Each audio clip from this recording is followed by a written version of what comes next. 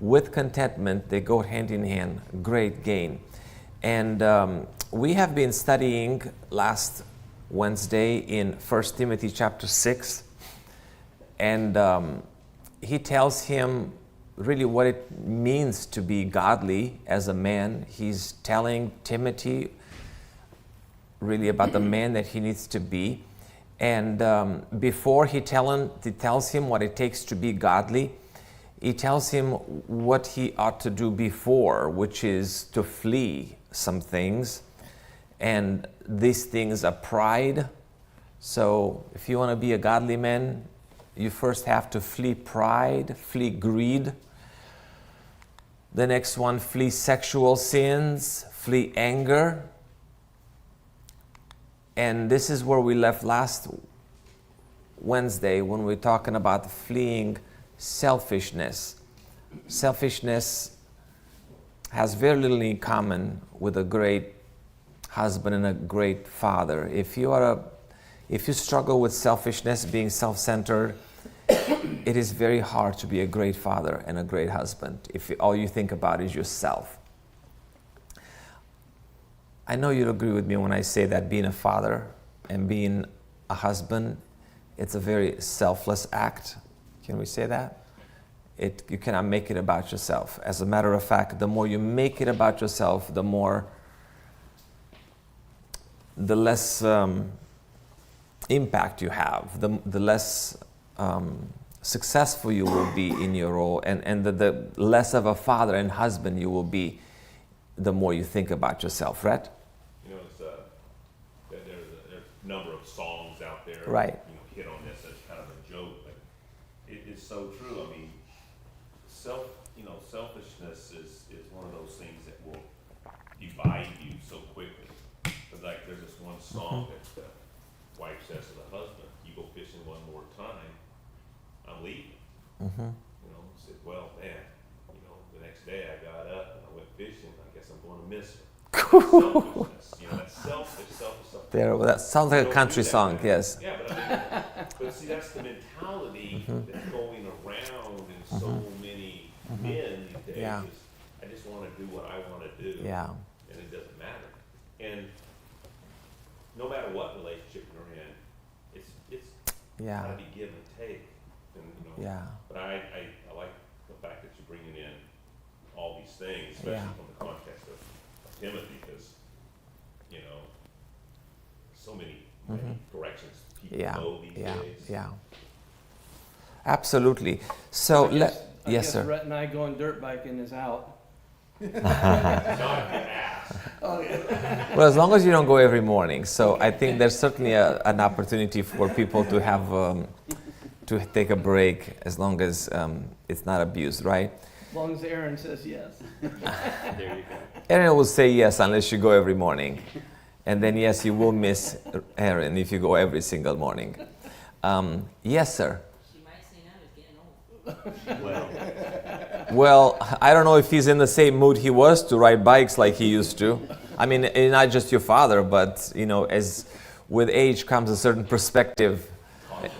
What's that? It's caution. Well, it is caution. It is caution, because I'll tell you, you don't know this about me, but when I was young, you don't know that I absolutely love biking. Nowadays, it's like you cannot get me even looking at somebody weaving through traffic. Is forget it. That's because you think about, your family being left behind if something happens to you, end up being an organ donor.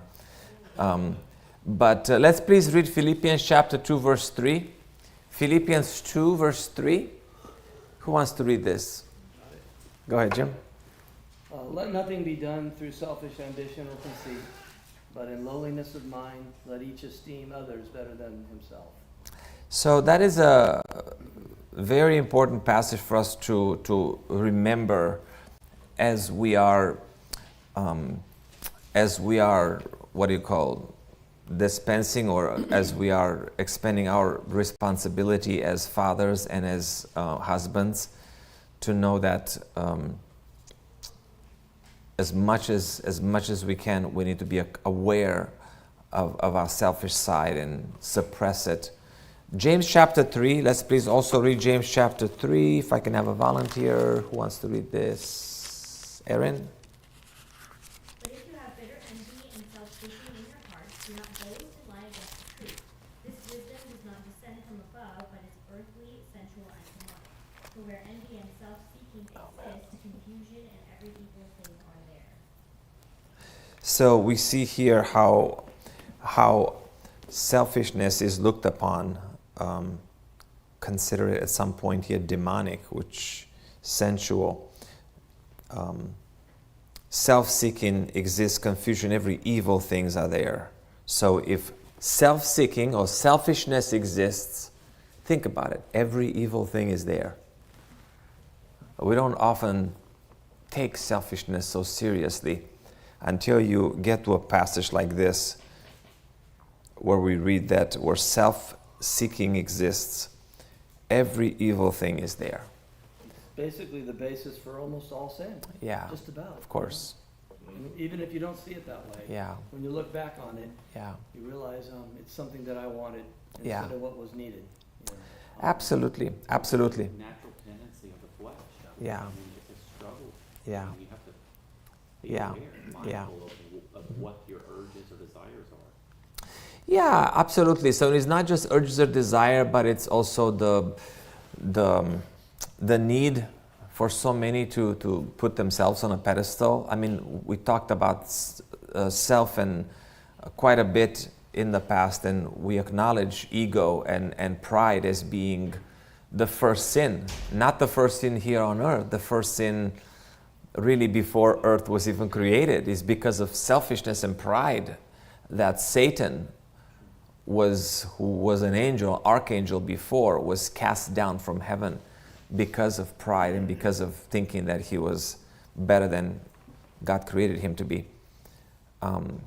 So, very important. If you want to be a good father and a good husband, you have to constantly work on self, right? And the next one is deceit. This is another thing we ought to flee.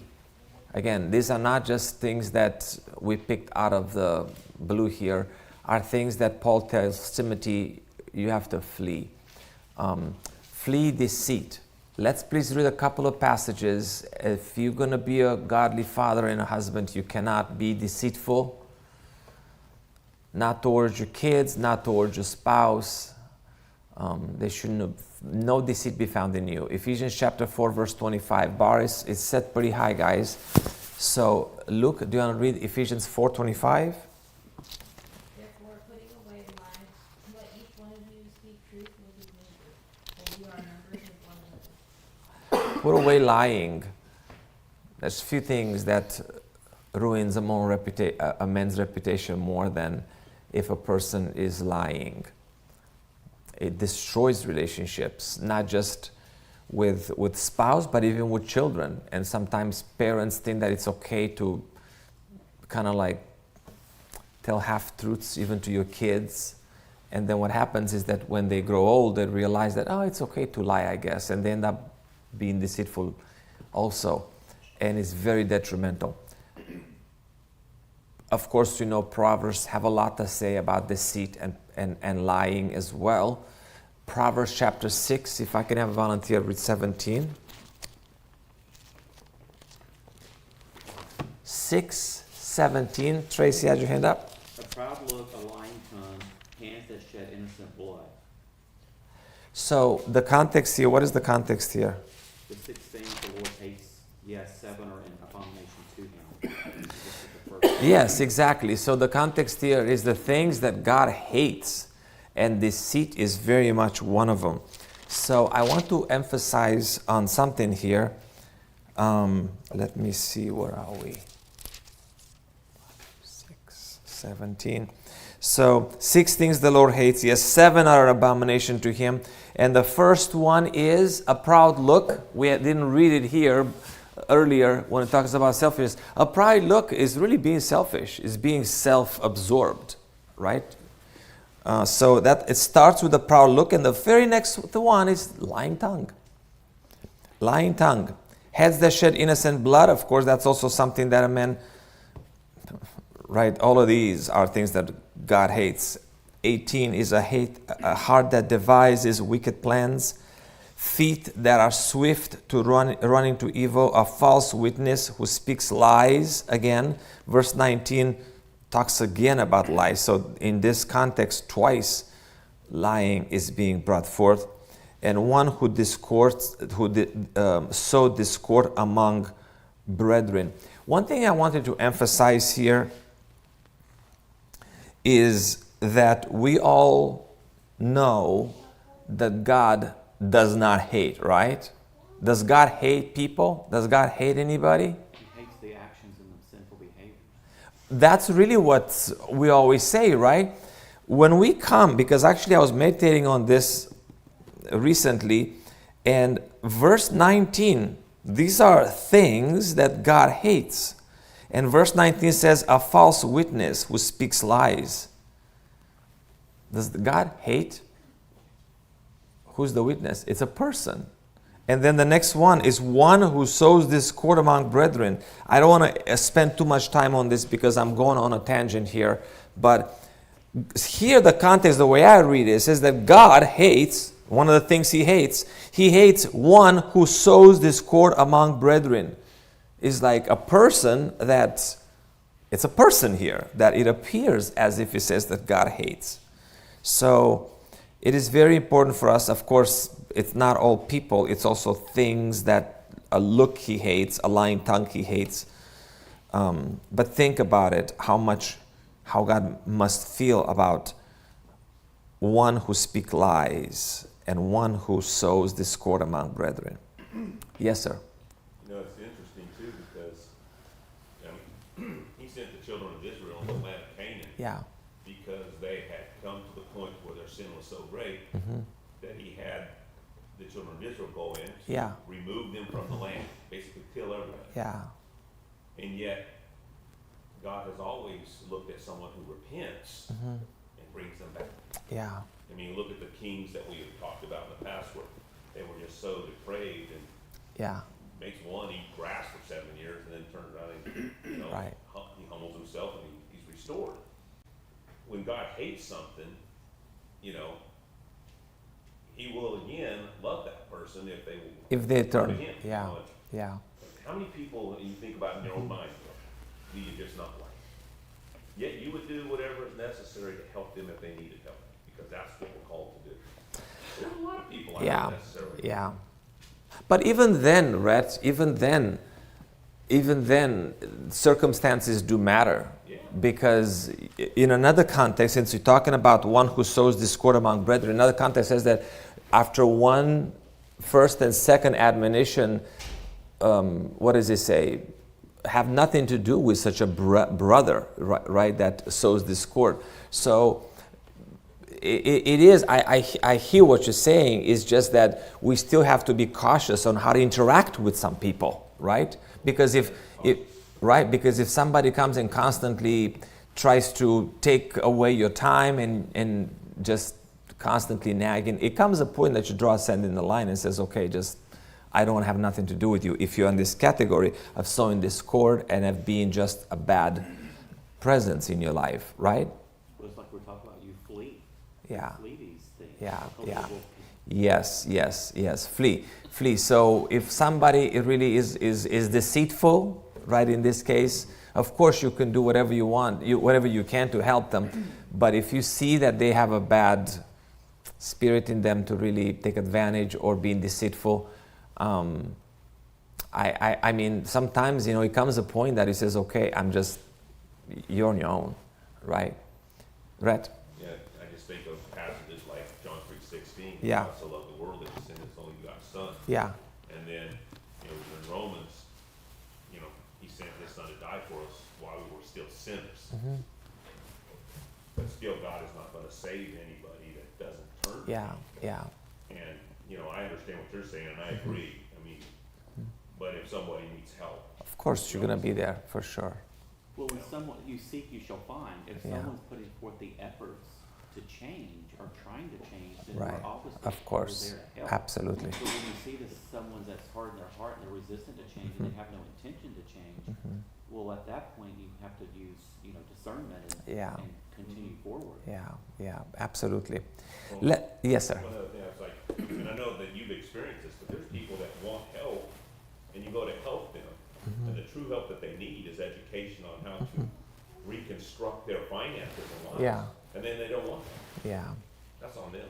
yeah, exactly. I mean, you help, Yeah, I mean, help Yeah, them, not yeah, just by, yeah, furthering someone's, Right. bad behavior. yes, enabling them, yes. You'll be enabler, yes. Also, Proverbs chapter 12, verse 19. Let's please read this, 12:19.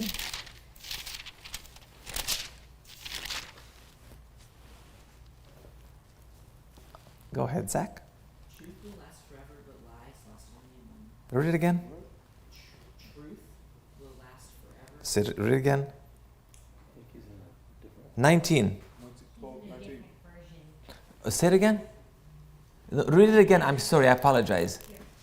He's using the International But- Children's Bible. But, That's why it's not making sense. but, so Aaron, can you read it from his too? From both? Yes. Okay, so his says, truth will last forever, but lies last only a moment. And then, you want to hear the other one? Please, please, please. Number 12. Oh, yours is different too. What kind of Bibles do you? Established forever, but a lying tongue is but for a moment. This is the King James is right. Mine is different than what even that says. What does it say? It doesn't Verse say the same 19. thing? The truthful lip shall be established forever, but a lying tongue is but for a moment. There you go. I like that one. That was. I'm sorry, Zach. It was not your fault. They all say the same I mean, thing. it says the same thing, it's just simpler. A little different, right? See what happens when you bring the young ones in here? They come with the children Bibles. It's like, it's okay. It's okay.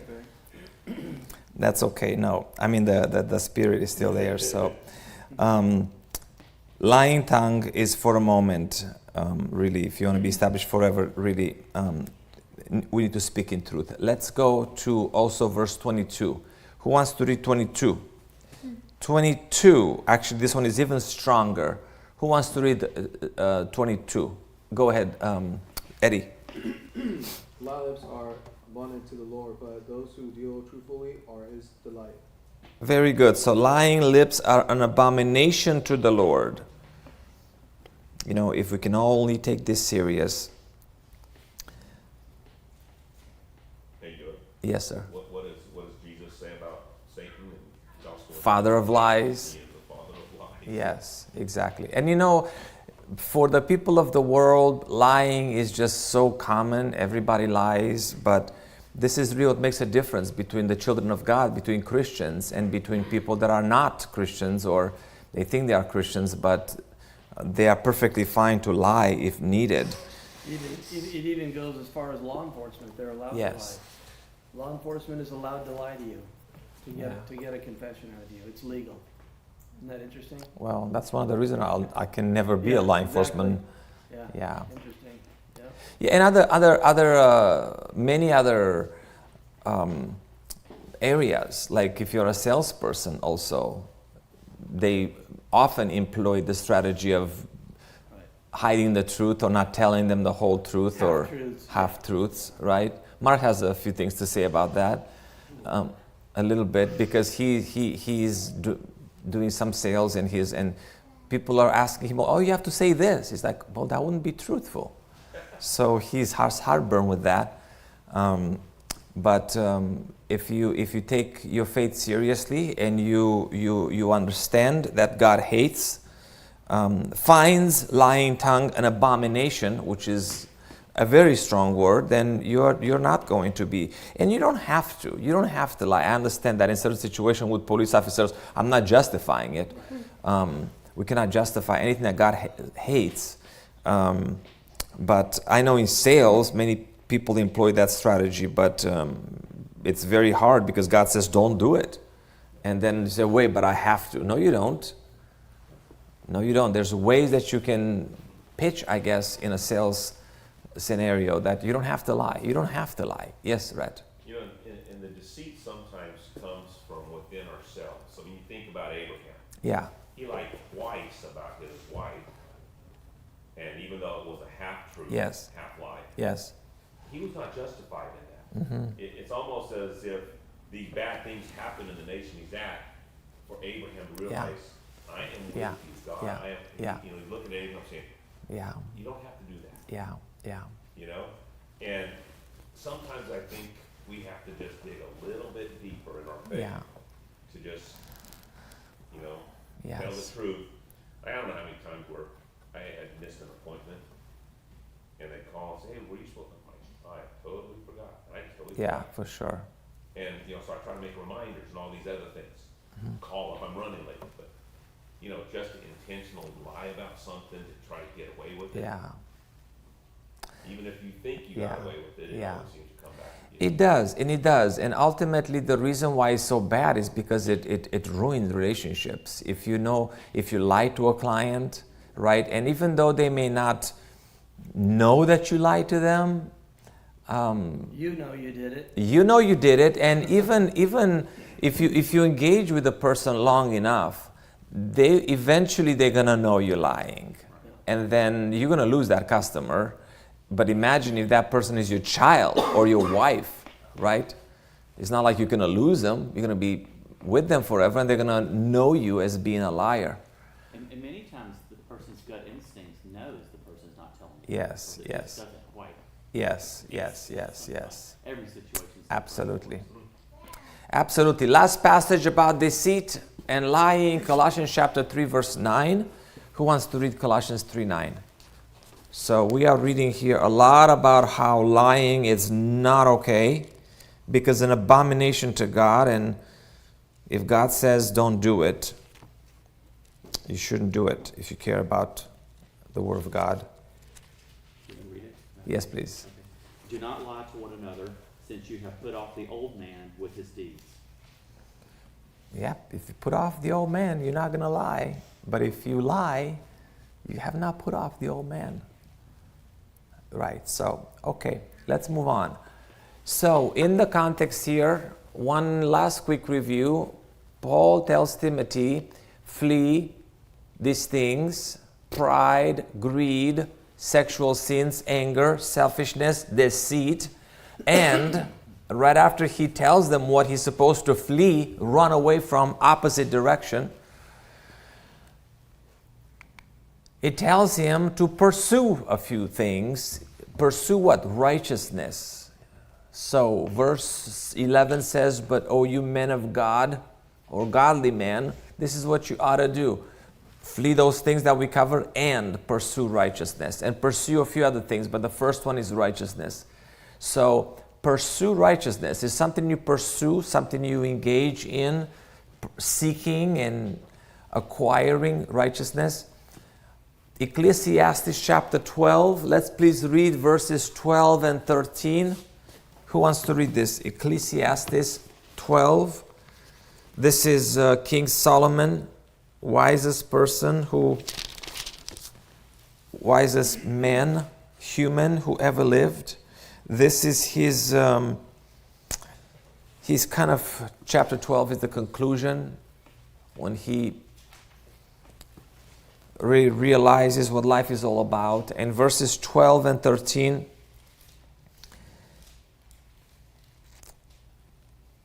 in verse 12 it says, and further, my son, be admonished by these. Of making many books there is no end, and much study is wearisome to the flesh. But in verse 13 says, let us hear the conclusion of the whole matter. Fear God and keep his commandments, for this is man's all. That translation says this is the whole duty of man. So what is the whole duty of man? What is your duty? What is my duty? Fear God and keep his commandments. And this is really what will make a person righteous. If you want to be righteous, you need to fear God and keep his commandments. And yes, even those commandments that you prefer not to obey, such as, yeah, but I like to lie sometimes. And all the commandments that God keeps them. If you want to be a man of God, if you want to be a righteous person, you have to fear God and keep his commandments. It's not optional. You can't just say, well, I'm a very righteous person. I'm a godly father. Oh, I'm a great husband. But you don't think that keeping God's commandments, you don't take it very seriously. Especially since it says that this is the duty of men. And it's not just the men here, it's duty of women too. Men is like mankind. All right? So that's what we need to pursue righteousness, and that's what it means to pursue righteousness, is keep God's commandments. Keep God's commandments. Also, please read Mark chapter 12, if I can have a volunteer. Who wants to read Mark chapter 12? Let's have Mark read Mark. Mark, read Mark? Yeah. That's fitting. Okay, son, you can do this. Mark chapter 12, verse 29 to 31. You've been assigned. This is your book. This is your book. Say it one more time. It's on the wall there, on the screen. It's okay. Mark 12, 29 through 31. That's in the New Testament. You should have this book memorized. Jesus answered him, the first of all these commandments is, Hear, O Israel, the Lord our God is one, and you shall love the Lord your God with all your heart, with all your soul, with all your mind, and with all your strength. This is the first commandment. And the second, like it, is this, you shall love your neighbor as yourself. There is no other commandment greater than these. Thank you. So we see what is the duty of man in Ecclesiastes chapter 12, and then when you go to Mark chapter 12, it talks about, Jesus is asked, what is the greatest commandment? And Jesus tells them, the first one, love God with all your heart, with all your soul, with all your mind. And the second, love your husband as yourself if you're a woman. Right? Love your neighbor as yourself. Love your neighbor as yourself. So that's really how you pursue righteousness, by keeping God's commandment. And Ecclesiastes, Solomon said it, the wisest man on earth. Then Jesus comes, right? God in the flesh tells you pretty much the same thing. Then that's really what it takes.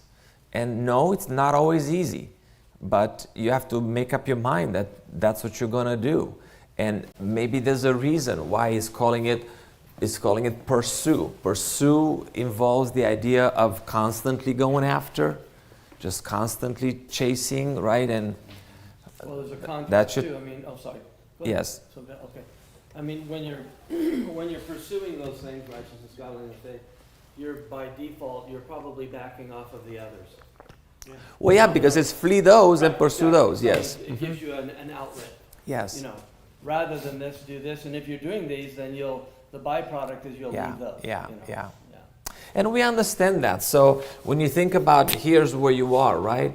If this is you, I'm a little bigger than that, but that's fine. that's okay. Yeah.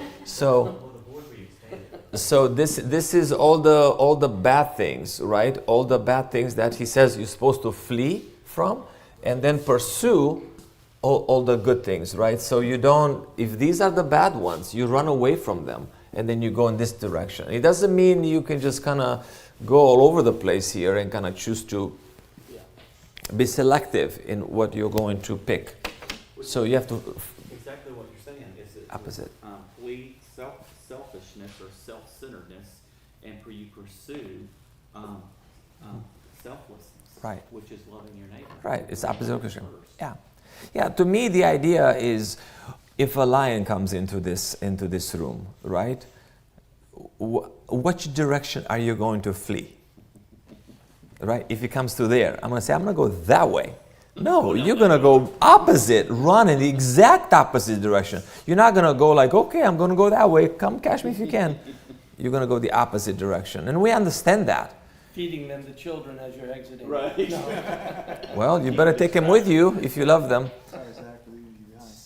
Hey, all I have to do is outrun Jim. You're not wrong. We can outrun you too. They take Good a luck. lot of snacks. You're probably the quickest. That's why that door's open. Jim, what did they do to you? You only love them and care them. So much for loving your neighbor as yourself, right? That's isn't good for our Jim thinking the You same just had us thing. turn against each other. We're supposed to be putting others first, so we should be going to the Lions so you guys can get out. The lion is my neighbor, I have to give him a good meal. Eric is going to handle the lion. He's a lion slayer. Remember, he can do it. He can take the lion. Let's please also read Hebrews chapter 13, verse 4.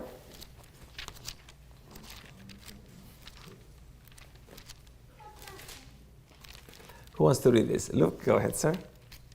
Luke has his hand up first. Marriage is honorable among all, and the bed is undefiled. Fornicators and adulterers, God will judge. So again, we live in a world so full of sexual sins, and over here puts them in the light, both fornicators and adulterers. God will judge very much against God. People say, oh, it's okay. But God says, don't do it. We are supposed to say, okay, we're not going to do that just because God said it. Even though we don't understand it, the world doesn't understand it. The world thinks it's all fun. But if God says don't do it, don't do it. And God says don't do it not because He's God, but because of our own good. Because He knows what comes when you as a man or a woman, sleep around and, you end up having inappropriate relationship, and then who knows whether children come from it or not, but it's just God says don't do it. And we understand, as everybody understands the difference between the two words here. One is fornication, the other one is adultery. What is the difference? Fornication is sexual activity outside the covenant of marriage. Yeah, so if you're not married, right? And adultery is if the two are married, right? Yes, and actually, fornication is kind of the bigger word, and then adultery is a type of fornication, but definitely you're catching this. So this is what Paul, inspired word of God is telling us to flee. If we flee all this, we don't talk about what's supposed to flee. Fornication and adultery is one thing, and then pursue righteousness. And when you pursue righteousness, you are going to flee from this, right? The very next verse too helps you to kind of understand the concept. It says, "Let your conduct be without covetousness," because fornicating and adultery all about covetousness. I want something that I shouldn't have. And he says, "Be content with such things that you have."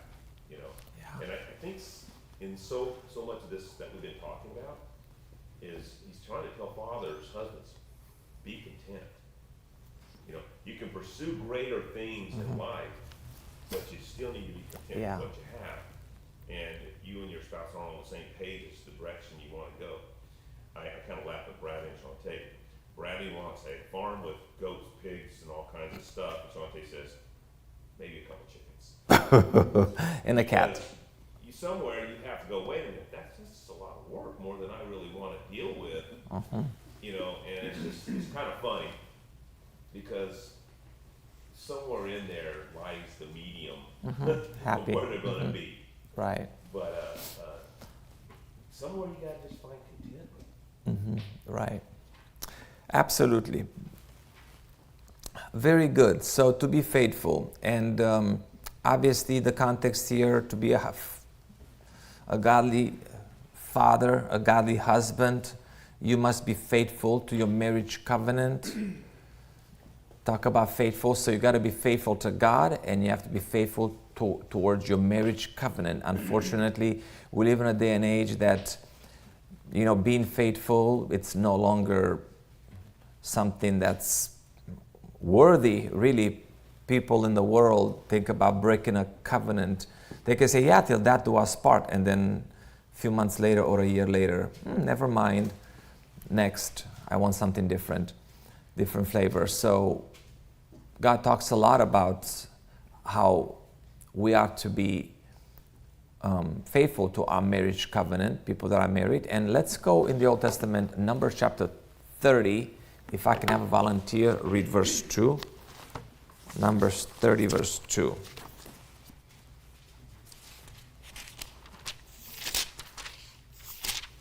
I'm happy to read it. Yes, please. If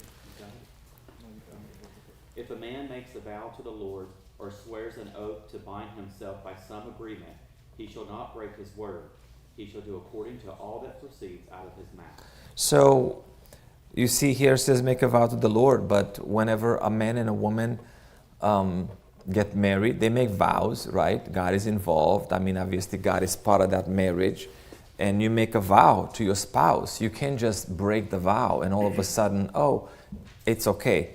Men break vows all the time, and women, but God does not look favorably upon one that breaks a vow. Let's also read Ecclesiastes. Let's go back to Solomon and his wisdom, that is God inspired him to write. Ecclesiastes chapter 5, read verses 4 to 6.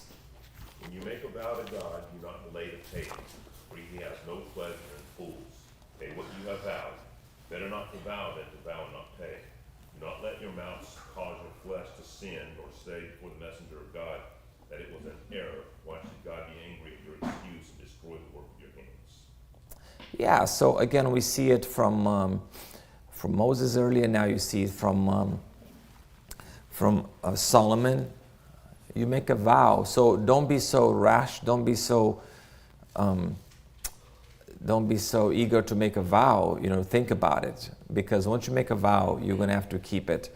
And Proverbs chapter 15, verse 4. Who wants to read this?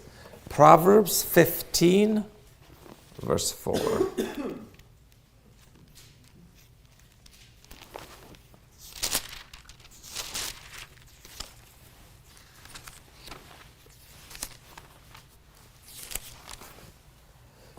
Verse 4.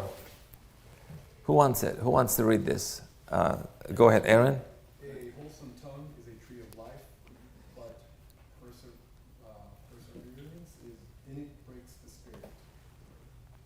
Perverseness in it breaks the spirit. Perverseness, yes. So wholesome tongue is a tree of life. It goes up with what we said earlier. It's a form of lying. If you say I'm gonna do something, till death do us part, you're going to say you're going to do something, all of a sudden you change your mind. Well, you lied, or, right, you see, they're kind of close cousins.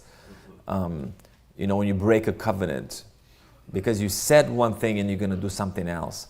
I mean, it's terrible. Can you imagine being married to someone, they say, yes, death do us part, we'll be together for the rest of our life.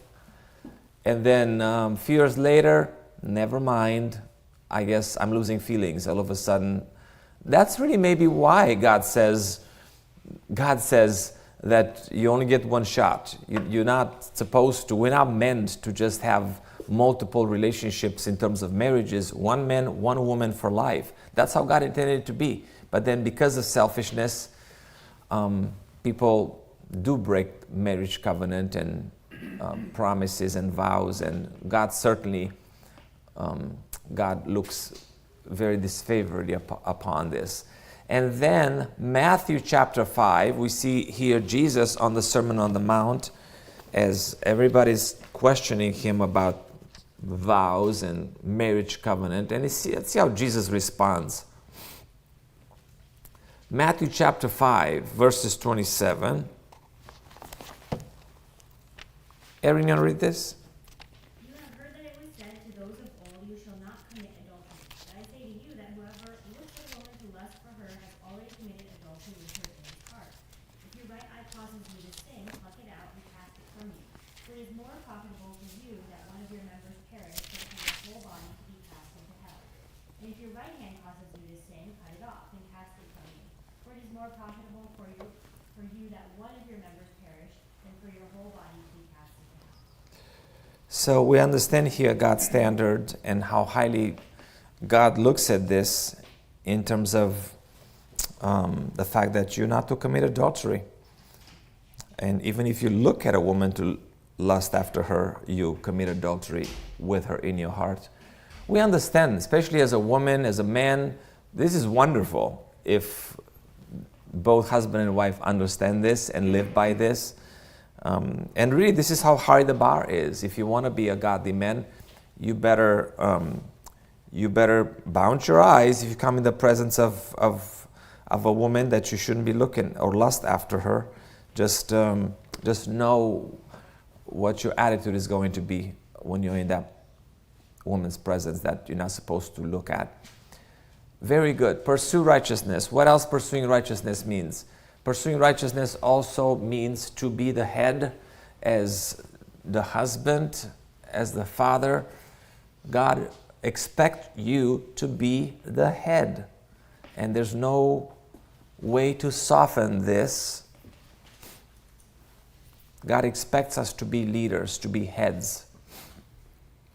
It's sad because I don't think it's so much now anymore, but for the past several years, it's been this assault that's been going on against men, against manhood, against being the men being the head of the family. This feminist movement has damaged this so much to where they want men to be kind of like beta. Emasculated. Yes, kind of like passive and docile, and that's certainly not what God had in mind. Basically flipping the roles. And to some degree. Well, right, because, if God said it one way, you know better, right? So let's... Yes. So, and changes the order of things, because God made it one way, and people in their rebellion, they think they know better, and it doesn't work. It doesn't work, because there's no better way than God's way. There's no better way than God's way. People, since the beginning of creation, thought they have a better way, and... well, it's a great example of what you said earlier with Satan and pride. Yeah. It's the same, Yeah. really the same Yeah. type of story. Yeah, and look what pride got Satan, right? Yeah. Genesis chapter 3, ever since the beginning of time, here after Adam and Eve sinned, let's please read verse 16. 3:16, Genesis 3:16. Who wants to read this? You got that, sir? Go ahead. To the woman he said, I will greatly multiply your sorrow and your conception, and in you shall bring forth children. Your desire shall be for your husband, and he shall rule over you. We already talked about this a little bit in the beginning of this study. God said that he, the husband, shall rule over you. And we are very clear that if you're a woman and if you say to yourself, I don't think so, or I don't like that. Yeah, I like God, but I'm going to pick and choose what I want to believe in. And that one I'm not going, I'm not going to take it to heart. I don't want nobody to rule over me. Well, then guess what? What does that mean? You better not get married. Because if you're going to get married, if you marry a man that is actually a godly man, which you should marry if you're smart. If you're foolish, you can marry a worldly person, and the person maybe will be very docile but not do his job.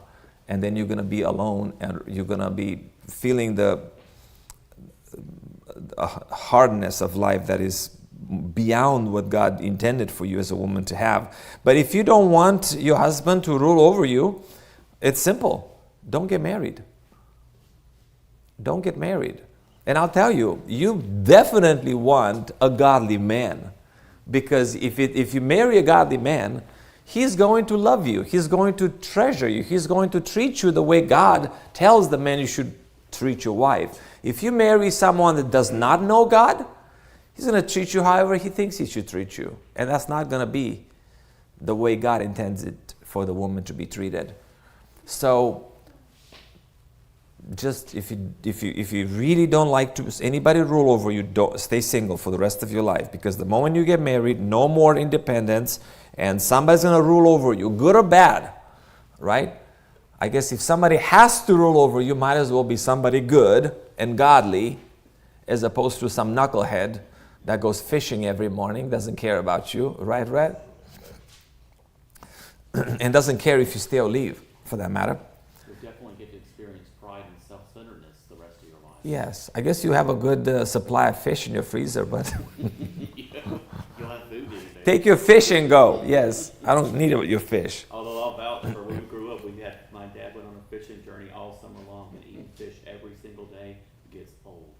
But you have a lot of omega-3. We did, but I never wanted to eat fish again out of that summer. What's for dinner, honey? Catfish again. Fish every day. Ephesians chapter 5. Let's please read Ephesians 5. Actually, you know what? Look at the time. We are out of time. I think we're going to have to stop, guys. We're having so much fun. Totally missed the clock to look at the watch. So let's take a break now, and we're going to continue this study on Wednesday, okay? Thank you, everyone.